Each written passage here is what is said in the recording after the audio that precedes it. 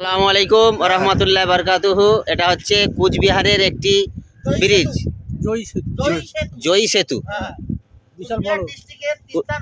তিস্তা নদীর জয়ী সেতু। এটা প্রায় 3 কিলোমিটার দীর্ঘ, 3 কিলোমিটার।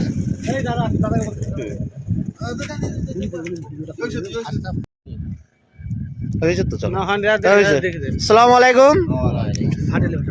আমাদের কুচবিহার ডিস্ট্রিক্টের হলদিবাড়ি টু মেকলিগঞ্জ, আগে এইদিকে কোনো যাতায়াতের পজিশন সিস্টেম ছিল না।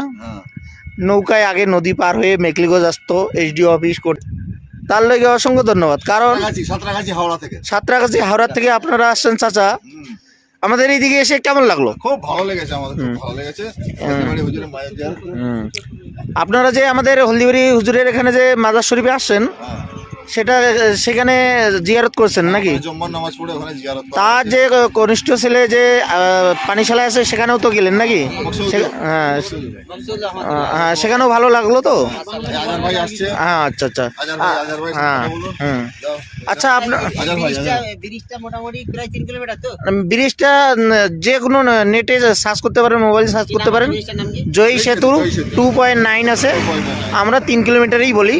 তবে ফারাক্কা থেকে এটা বড়, আর গোটা পশ্চিমবঙ্গের মধ্যে দীর্ঘতম সেতু হচ্ছে আমাদের এই। এখান থেকে বাংলাদেশ 10-15 কিলোমিটার। এই যে দক্ষিণ দিকে, হ্যাঁ, এই দক্ষিণ দিকে, হ্যাঁ, বাংলাদেশ এই দিকে 10-15 কিলোমিটার দূরে।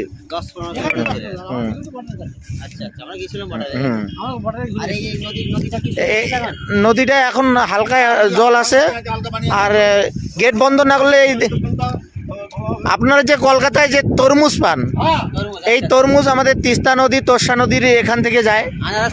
আর আনারস আমাদের যাকে বলে ইসলামপুর, শিলিগুড়ি, দার্জিলিং, কমলা লেবু দার্জিলিংয়ে বিখ্যাত। এই যে আমাদের এই যে তিস্তা নদী দেখতে পাচ্ছেন, কিছু জল আছে, কিছু জায়গায় শুকনো বালি আছে।